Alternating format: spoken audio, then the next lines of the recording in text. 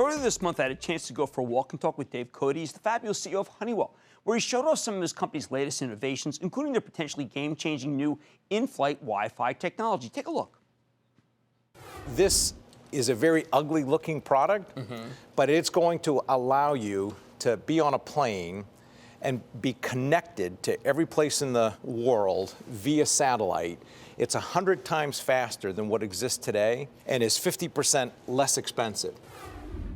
So if Honeywell can potentially make your in-flight Wi-Fi 100 times faster at half the cost, I think that could be a pretty big deal for Gogo, the #1 purveyor of broadband access on airline flights. Now, Gogo may dominate the in-flight Wi-Fi market, but the company is still not expected to turn a profit for a couple of years, and it has a very volatile stock. It's heavily shorted, 38.5% of the float. That's a gigantic number of short sellers. However, after some really rocky performance in 2014, stock's been on a roll. It's up 18% year to date. So let's take a closer look with Michael Small. He's the president and CEO of Gogo. Learn more about his company's prospects. Mr. Small, welcome back to Mad Money. Good to see you, sir.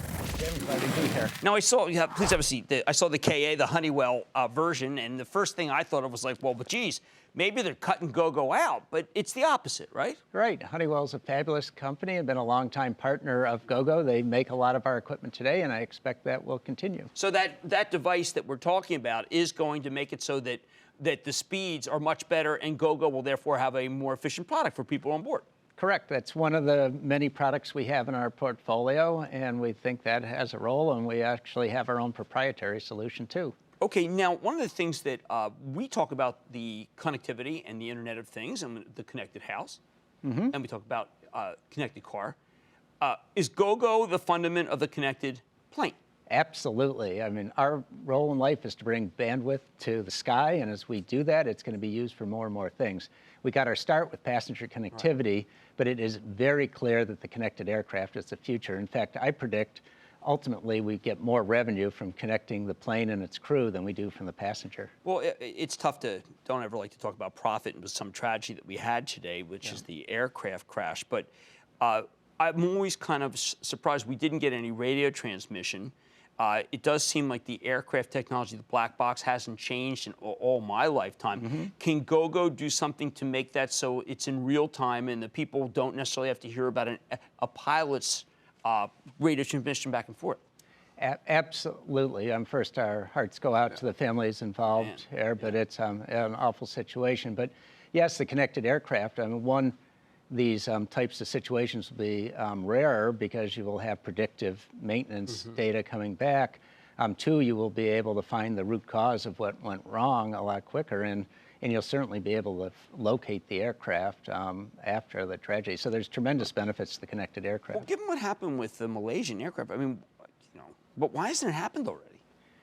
Well, getting connectivity to the sky is a challenging problem. It's been solved at low bandwidth solutions. You can make a phone call, you can do radio communications. With Gogo's air to ground in the United States, that was the first time the problem had been solved on a broadband, large-scale deployment. And we think with our new satellite technologies that we're deploying now, we call it 2KU, we finally have the solution that's going to work on a global basis. We had the Viasat gentleman on, and I went on Twitter to see what people thought about Gogo. And I get this, there's this pervasive criticism, which is not fast enough. Some people say that if everyone's using it, it crashes. Other people say that Netflix doesn't work on it. I mean, are these real issues, and are they going to be resolved with the next gen? Yeah. We hear that, and what we do is bring more bandwidth to the sky, and we're working day in and day out to do that. We're upgrading a lot of planes with what we call ATG-4, upgraded air to ground. Then we have 2KU that'll start in 2016. That's a lot more bandwidth to the sky. Delta just adopted it on hundreds of their planes. And we're already thinking about the generation after that. It's all about bringing bandwidth to the sky. And how much of what, like 2KU, will that enable diagnostics of the plane? Absolutely. Really? Yeah. Real-time diagnostics. Real-time diagnostics. There's the Internet of Things. I mean, we collect things about, your home thermostat or whatever that GE isn't going to want to know about their engines in flight, or Honeywell or Rockwell isn't going to know about their avionics in flight. They're going to want to know all that information. And Gogo can do that. We're going to do that. Now, I mean, I look at, I know that there is a, Morgan Stanley just doesn't seem to like your stock, it's okay. Listen, your stock's up. So, but they did talk about this chief accounting officer resigned. Is that something that we should be concerned about? Not at all. He's doing what? He's just planned. Just moving on. Yep, and you got someone lined up. We're actually doing a search right now. Okay, doing a search. Yep. Is this one of the situations where the growth opportunity is too great and you could turn a profit right now if you wanted to, but you just want to be able to really kind of get contracts with all the planes before you get profitable? What's the profitability path? Yeah, well, absolutely. You're seeing it in North America. We were EBITDA profitable, and we're actually, and we will be free cash flow positive, real cash on cash positive in North America. We just saw an opportunity to go global, and we did that for two reasons. One, there's more growth, but ultimately this is a global scale business, and we need to take care of our airline partners' planes wherever they fly around the globe. And you have no problem raising money. I saw that you could raise money. Yeah, we got a really great deal done. It was very cheap debt. Yeah. All right, well, I understand. I mean, it does kind of mystify me why, if you're doing so well, there's a big short position, but let people read into it. I mean, obviously it's a competitive market. But you seem to be winning. Yeah, we're leading. Yes, you are. All right. That's Michael Small. He's the president and CEO of Gogo, G-O-G-O. Stick with Cramer.